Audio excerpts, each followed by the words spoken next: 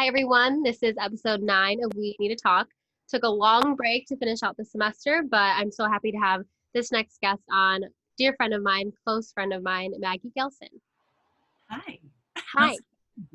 We chatted for a little bit before we started, but Maggie has so much experience, not only pageantry, but advocacy for body image awareness, body advocacy, anything around body image. She has done a great job promoting that on her social media, and she was actually one of the first people when I started pageantry that I looked to on how to be a good advocate for it. So Maggie, why don't you tell a little bit about what your experience was with pageants? And I know you have a long history with it, but kind of how it relates back to the work that you did for your social impact. Yeah. First of all, thanks for your intro. That's so kind. But yeah, my pageant journey started really young. I was 11 years old when I started competing in pageants. I basically, it was kind of like a weird thing. I kind of just went to my mom and was like, I want to do this thing. Can I try it? And she was like, I'm the baby of 5 kids. So I think anytime now that I take any new thing to my parents and say, hey, can I try this? They're just like so unsurprised and like always say yes because they're just sort of like, we're tired, like do whatever you want. So they were very, very supportive from jump though. And even though it was something new for them and for me, they were always very supportive in that journey. So yeah, started young, competed for Junior Miss Iowa, was first runner-up to Junior Miss Iowa in 2008. Competed in the teen program, the Miss Iowa's Outstanding Teen program. So I was first runner-up to Miss Iowa's Outstanding Teen in 2012. And then worked my way into the Miss category where I was first runner-up to Miss Iowa in 2018. So I've had a lovely journey being first runner-up. It's been a good time. And I guess in terms of how that all translates to the work I've done with, uh, you know, body image awareness and body positivity. I am a survivor of sexual assault. Most people know that about me in the pageant world. That was what my social impact, my platform was focused around, was sexual assault education and prevention. So um, with that platform, so much of my work was focused on trauma intervention and kind of what that looked like from somebody who was in a very public kind of position. So when you're in pageantry and you have a social impact issue, and as I'm sure you know, a social impact project that is deeply personal, you're doing a lot of your healing work at the same time that you're doing a lot of your advocacy work. So I think that's what makes it equally as challenging as it is beautiful. So yeah, that's kind of where a lot of my work stemmed from. Was I was healing at the same time that I was competing and trying to promote a bigger message. So I feel very fortunate to have had the chance to do a lot of that through the Miss America organization in that way. So healing my body was something that I had always needed to do. I've had body image issues, I would say, since I was, probably 11 or 12, like most women do.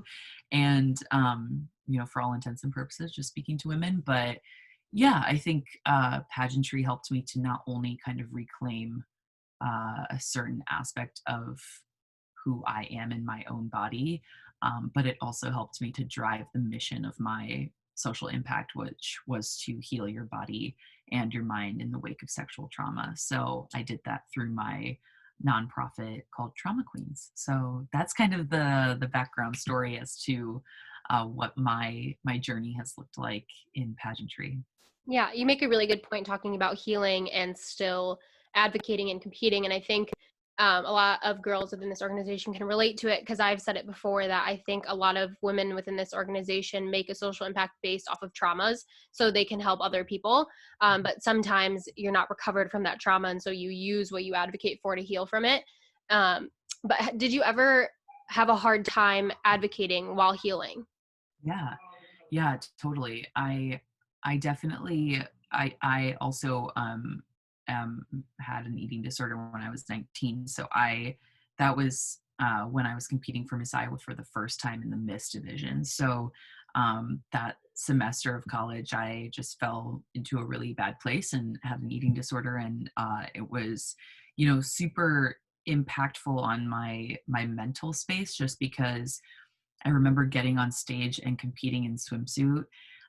This was at Miss University of Alabama in 2015, and everybody complimented me and said how good I looked. And I was like, what's wrong with you? Like, you people can't see that there's something much bigger going on here, you know? But yeah, I think that, you know, so much of your healing is done in such a public way when you compete in pageants. That's kind of what you unknowingly sign up for when you get involved. And it's something that I don't think I knew fully what that process was going to look like until I did do it. You know, I had a sexual assault that happened the first part of my senior year of college, and then 1 year later decided that I was going to put everything I had into competing for Miss Iowa in 2018. So it's only like a 2-year period between like when you start this journey of healing and when you're publicly getting on stage and speaking about it. Right. So I think that you know, I would say for anybody who's competed in pageantry and has utilized a social impact that is a personal trauma of theirs, that's kind of the risk you take with utilizing your own trauma as the Yeah. center focal point of your efforts. Is you do run the risk of pulling up those, you know, bringing up those old triggers again. You do run the risk of being triggered in really inconvenient situations. You run the risk of people questioning your story. You run the risk of people, you know, wanting to know every detail about a story that is deeply personal. So I think pageantry is all about finding that, you know, and finding your social impact. More importantly, is all about finding that balance and striking a balance in that arena and being able to speak eloquently about your experience without Yeah. undermining the value of it, because it is valuable and can feel less valuable the more you talk about it, I think. Well, you're my first guest to come on here to speak about how eating disorders can relate to sexual assault. And I think that a lot of women experience that when they are sexual assaulted. So how would you say the healing, do they look the same or do they look different? Because those are two different types of traumas, different type of, you know, emotional trauma that you can go through. And so did you work on that together? Did they kind of have to get worked through at separate times? Yeah, that's a good question. I think that they probably evolved as I evolved. You know, and certain, you know, the timeline of my story, my life has been, you know, like I've had multiple sexual assaults that have happened to me. So one when I was 15 that I didn't speak about until I was 19. Then I had an eating disorder when I was 19, and then I had a rape at 21, and then, you know, so it's kind of like this. Your healing process is ever evolving because things do happen, you know, other events do occur. So I think for myself, I did so much of my healing from both trauma in terms of sexual trauma and in terms of my eating disorder, I think really in the aftermath of pageantry. And not to say that you can't do it while you're still involved, but for me, that's just how it all transpired. I competed for Miss Iowa for the final time in 2018, and kind of unknowingly did it my final time that year. You know, like wasn't really sure if I was going to hang up my gowns yet or not. And I think that loss, alongside speaking so much that year leading up to it, and the years leading up to it, about my own trauma, Hmm. kind of, you know, in turn having to relive that, because that's sort of what you subject yourself to again when you pick a personal trauma to share as your Yeah. social impact, is you sort of subject yourself to the opportunity of, you know, reliving that trauma over and over and over again. So I think that the loss of Miss Iowa, combined with kind of that, you know, just really intense year of promoting my platform, my social impact, and then having kind of like personal things afterwards happen in my life, I think it all just kind of created a perfect storm for me to just sort of say, I gotta slow down. Like I gotta let this healing happen. If I don't, there will be some serious repercussions to it. And I was already seeing some of those repercussions happen. So I think it happens at your own time for everybody. Yeah. That's just how mine transpired, and has unfolded now very beautifully in a way that I'm really very grateful for and very excited about. So I think that's something to always bear in mind, is that healing's so nonlinear, and can be so confusing and so frustrating, and still is confusing and still is frustrating, but I think that it's a really beautiful journey if you're willing to sit through those tough moments and sit with your pain for a little bit. So yeah. Yeah. No, healing isn't linear is probably my favorite statement ever. I talk about it all the time with my social impact. And you make a good point too, is one of my favorite parts about Maggie and her advocacy is that she's extremely vulnerable, more vulnerable than most people when they do advocate, because I think, speaking for myself, I put up a wall of how much I am going to be like honest and personable about what I'm going through, because I think once you open the doors to everything that you're going through, then it's real. Then like everyone knows, then it's out there. And it's easier to do that once you're out of the system, I think, because for that year that I took off, a lot of people know when I resigned as Miss Pearl City, I resigned because I relapsed. I wasn't open about what had happened until, all of it was over, until it had already happened, because I wasn't involved in the system. So I felt like it was okay. Mm-hmm. But I think a lot of girls can relate to once their time being done, because some of my friends who pageant experiences are done can attest to exactly what you just said, that they are finally able to be really vulnerable and like really fully recover once their time is done. And I think that just becomes with like wanting to be such a good advocate, that you want to be able to compose yourself and Mm-hmm. take care of others, I think, before yourself. Yeah. And that can lead to a really perfect storm, like you said. Um, Coming from your experience while you were in pageants, what was your experience then having an eating disorder, not really realizing, and one that wasn't really confronted yet while competing in pageantry, specifically while competing in swimsuit? Because I know that can be a trigger for a lot of people. Yeah, for sure. Um, I think that I hope my answer here is relatively concise. It's okay if it's not.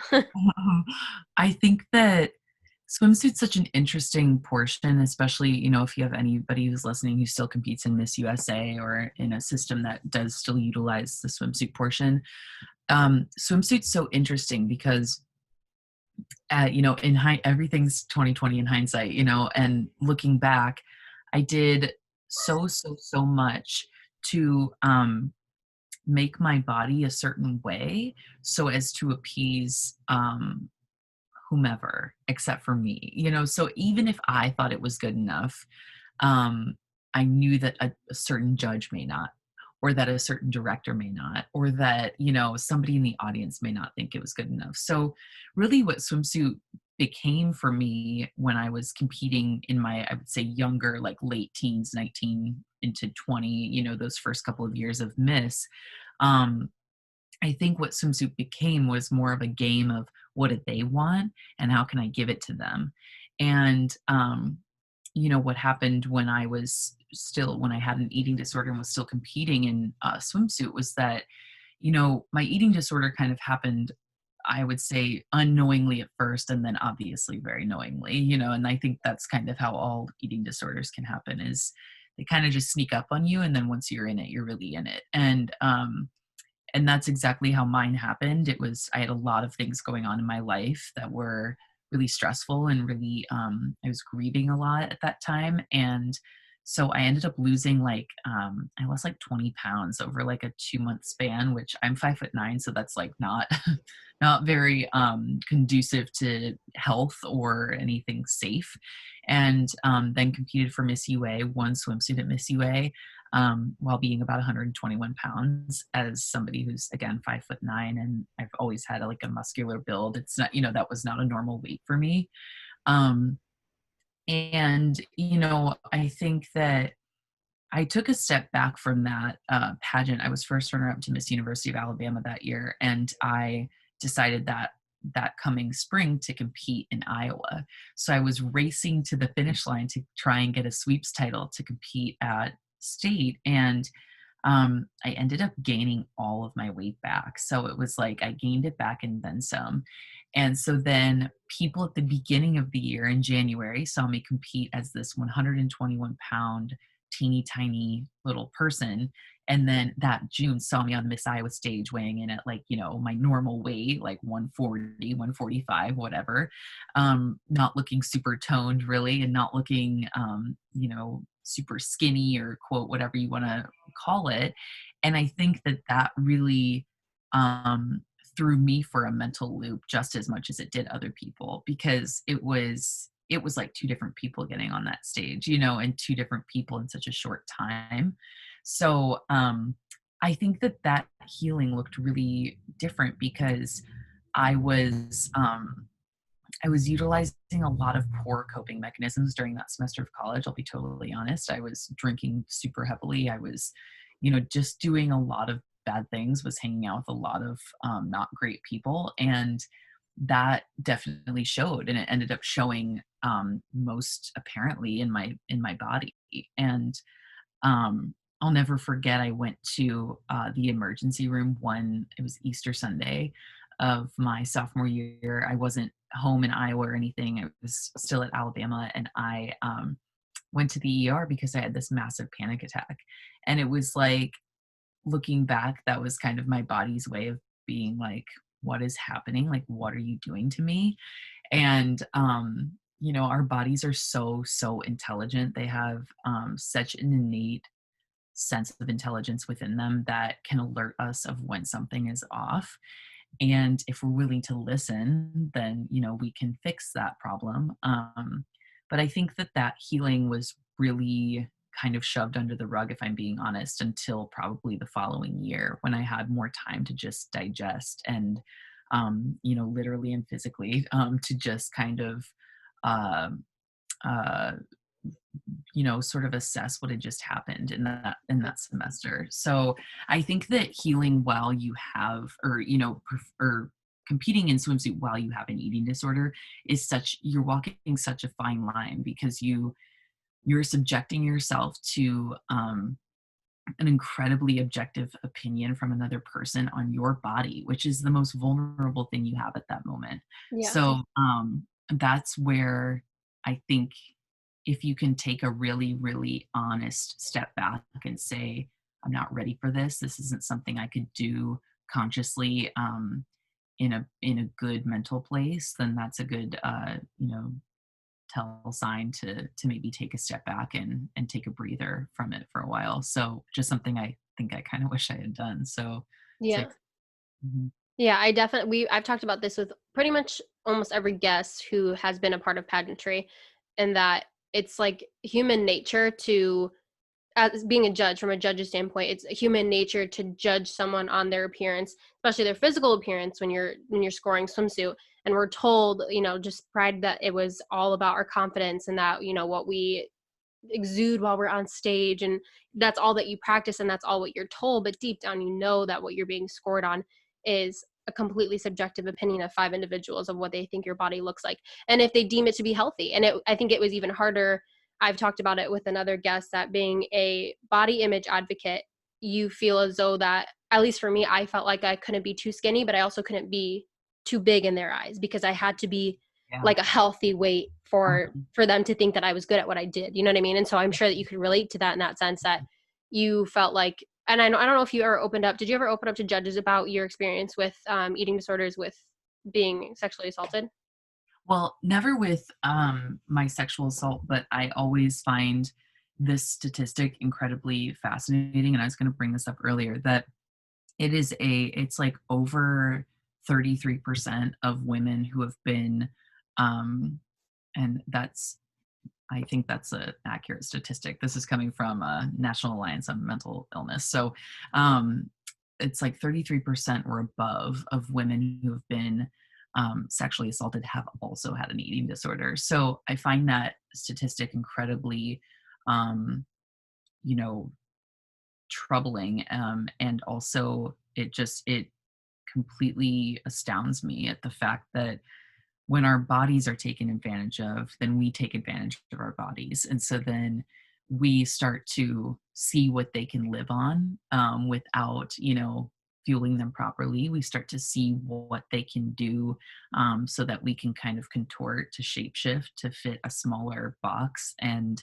I think that that's something that I wish I had known a little bit more about when I was going through my eating disorder, is how that trauma from when I was 15 was probably really affecting me, physically at the time and showing in a physical way. So, Yeah. yeah, I find that fascinating. You also mentioned a lot, which I think is important, of like the young age, like the onset of when eating disorder tendencies start and also sexual started. I think a lot of women, and just sticking to women just for this purpose, Yeah, because that's, a high statistic when it comes to eating disorders, is that we don't realize how much it is engraved into our mind and how much we grow up with those like societal norms of what we perceive to be a norm. And we mhm, grow up and into our adulthood and become women, and then we have these like manifested eating disorders that we have not realized have kind of been like a part of our culture our whole life.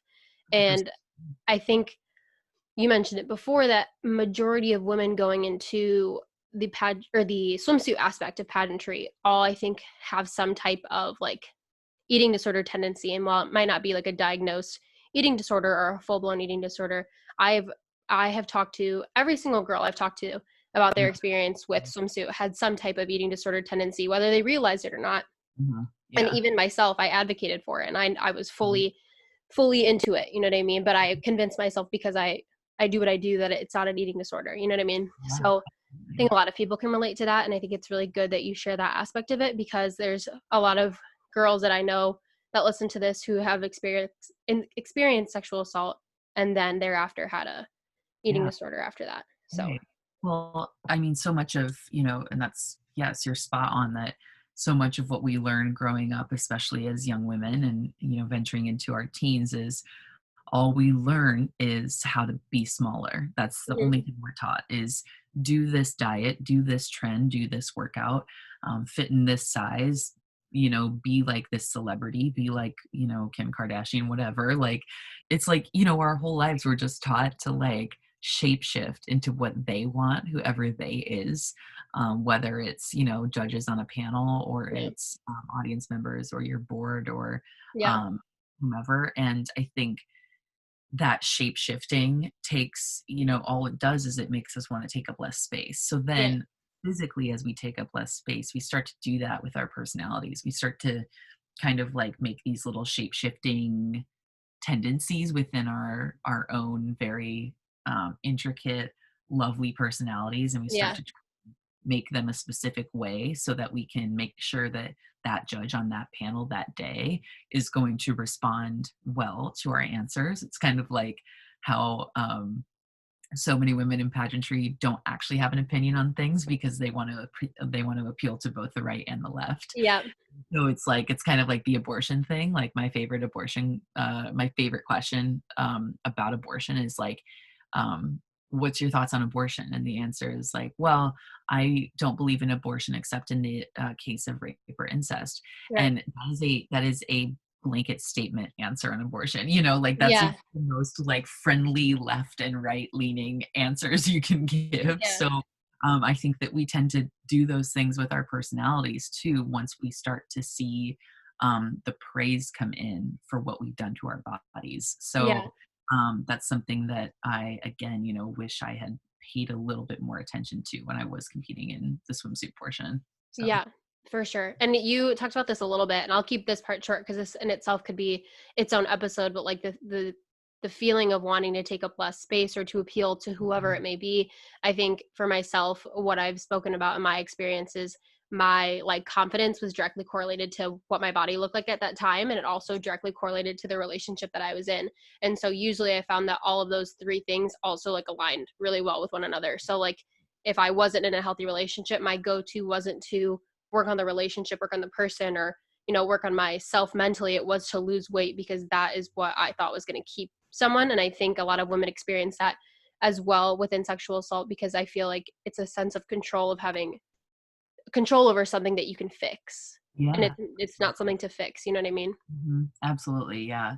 I mean, I was in probably the most toxic relationship was in the most toxic relationship of my life when I had my first bout with my eating disorder. And And, you know, it had just ended and I was in a really bad spot. And I think that's exactly it. You know, like losing all this weight made me feel like if I were to go out and start dating again, then I would be fine. You know, I would Yeah. never have any trouble reaching anybody, or, you know, getting anybody to date me because I would be so small that it wouldn't matter. You Yeah. know, they would have to date me because my body looked so good, you know, Yeah. quote, whatever that is. So yeah, I totally agree with that.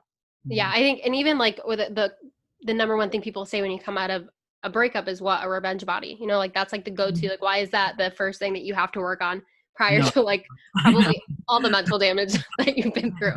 You know what I Yeah, mean? it's like, cool, they abused me for 5 years, like, I'm just gonna work on my I was revenge gonna go to body. the gym. It's fine. Yeah, exactly. So, Another yeah. big question that I have for you, because now you are now 2 years out of the Miss America organization. What is your relationship now with your body? Do you find that it's better, the same, worse? And it could be for all different reasons for sure, but I think there is a sense of, I don't know, for myself, I felt like there was some sense of relief when I was out of pageantry that I didn't have to keep up with like being this public figure in a sense. You know what I mean? Absolutely, yeah. I have an interesting relationship with my body because I am a fitness instructor. That's what I do Right. for a living. So I think that, you know, so much of what I learned in the swimsuit portion of, you know, competing in the Miss America system, so much of what I learned about my body then kind of, you know, translates now directly to my work. So um, I think there were so many ideals I held on to for so long right after I got out of the system. And I think within the last year, I've made a lot of really solid improvements in the way that I, A, treat my body, B, what I put into my body, C, the way that I look at myself and talk to myself, and D, the way that I trust my body. I think um, I don't know that I ever really trusted my body prior to like, you know, a year ago. But I've done a lot of work of just really, you know, listening more than anything to my body and just listening to what it needs. If you listen hard enough and long enough, it will tell you, you know, what it needs, whether that be an intuitive knowing that you need to rest, or an intuitive knowing that you want a really intense workout, or you want to go for a really long run or walk or whatever, or that you need, you know, a hot dinner, or, you know, things like that. Those things are within us if we have the time, the patience, the wherewithal to just listen to our body. So I think my relationship with my body is probably 10 times better now than it ever has been, and ever was when I was competing in the Miss America organization. And not don't say that as a, you know, a dig at the Miss America organization, but more so as a um, reflection on who I've become after the fact. And I wouldn't be who I am now without competing in MAO. So Yeah. I'm grateful for all the years I had within the Miss America organization. And they've given me a lot of stories to tell, which I'm sure at some point, but can't wait for those. But yeah, I think, you know, giving yourself that time and like that release of pressure, like you said, to not fit their way and to Mhm. fit your way, Yeah. feels really, really good, and it feels really nurturing. So, Yeah, yeah. I Mhm. bet. And I think to end this on, which I think is a really good topic, is you talk about being, you know, your career now is fitness based. Mhm. It's Yeah. also kind of like body image based. And so I think a controversial topic is those who are recovered from eating disorders engaging in physical activity or being then, you know, involved in the fitness world. How did Mhm. you kind of go about that journey? And then how have you found that's related back to your eating disorder? Yeah. I think my journey in the fitness world started as a way to stay small. So, you know, like most people, I think everybody's journey probably starts there, or at least women, I would say. Uh, and it is now a journey of making my body, I would say strong is one thing I really focus on, like just strength. I want to feel strong. That's something that um, I have a goal of feeling like, you know, and I focus on feeling now versus what I see. So I think that my journey within having an eating disorder and now being in the fitness world is that so much of what makes the fitness industry toxic is our intense desire to make people smaller and to, especially women, to make them get the six pack or whatever. And when all these women embark on their quote fitness journey and then they get that six pack and they realize that that six pack was never actually the thing that they needed to begin with. I think that's the best part of your journey in the fitness industry. So like I competed for Miss Iowa 2018. I won swimsuit. I had a six pack. I literally was like in the best shape of my life. Yeah. And I look back at pictures of myself then, and it's not that I'm not proud at all of who that person is. I'm so proud of her, but I was so deeply unhappy, and it's so very obvious to me now. And I think so much of that is because God, I wanted that thing so bad, whatever it was, the six pack, the crown, the trip to Miss America, whatever. I wanted it so bad that I would do anything to get my body there. And once I got my body there, even that didn't matter, like having Yeah. the six didn't make a shit of a difference, to myself when it was all said and done. So now I don't focus on like the six pack. Now for me, it's about developing an inner strength of knowing like, this is my body. It can do incredible, incredible things. And moving in a way that feels good to me, and just moving in a way that makes me feel proud of myself and makes me feel like I have a home within the body that I have. Right. And, making sure that I treat it as such. So I think that goes for everything from, the workouts you're doing, to the food that you eat, to the content you consume, to the people you hang out with, and so on and so forth. So, yeah, I think that now it's a really lovely journey I'm on in terms of being in the fitness industry. But it hasn't always been a great one, and it hasn't always been an easy one. So, Yeah. I would say if there's anybody who is listening, who is on some type of journey that's similar, or is recovering from an eating disorder and is trying to kind of find their way back into the realm of movement, is what I don't even prefer to call it fitness. I'm just like, let's just call it movement. Mhm. Um, I think that it's all trial and error from here on out. It's all finding what feels good to your body and what doesn't feel like a punishment. Um, I read this thing on Instagram the other day that said, uh, if it didn't change your body size, what is a movement you would do based solely on the fact that you liked to do it?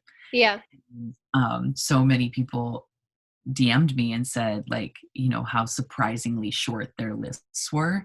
And I was like, that's the exact thing. It's okay that your list is short, but let's keep it that short. Let's not try to like shape shift it and make it into something it's not. So yeah, that's my 2 cents on that. I love that. I think it's a really important topic because I think when quarantine started, a lot of people like delved into working out and these at-home workout plans, and that was kind of how people coped. But no one really talked about just like trying to like stay alive, and sometimes like keeping your body, you know what I mean, like in the state that keeps it happy. And I saw a new trend on TikTok where most people are like sharing their fitness journey and all the weight that they lost throughout quarantine, but some people were posting all of the weight that they gained and were proud of it because it was how they coped. And so Yeah. I think that's like a really important thing to talk about in terms of being a survivor from both sexual assault, but also an eating disorder, and also being able to develop a healthy relationship now with movement. And I think that's really important. Yeah. Our bodies kept us alive during COVID. That's like the Yeah. one thing that's like the only thing that matters. That's Yeah. we don't need much more than that, so we Yeah. should be all very thankful for our bodies that they kept us alive during this. So Yeah. Well, thank you for, I could probably keep this going for like another hour, but just want to thank you for being vulnerable as you always are. I will link all of Maggie's social media below, her Facebook, her Instagram. Her Instagram is my personal favorite. And you can find all content for her movement and fitness. I'll have Maggie just tell you a little bit about what she does in St. Louis for fitness for anyone who is interested. yeah, so I teach at a studio called Plnk, Plnk. It is a Legree fitness studio. Legree is a method of Pilates. So I teach there now. I taught in New York City prior to COVID, and then COVID happened and everything closed. And then I moved back to the Midwest. So I'm at Plnk now, and I love it. It's one of the workouts that makes me feel incredibly strong and incredibly capable. And yeah, if you're in the St. Louis area, I would love to see you. I teach a lot. So come hang out if you feel so inclined, or if you're ever visiting, I would love to see you. So yeah. Thank you. Well, I love you, and I'm definitely going to talk to you after this recording is over, but thank you for coming on. I love you, G. Thanks so much.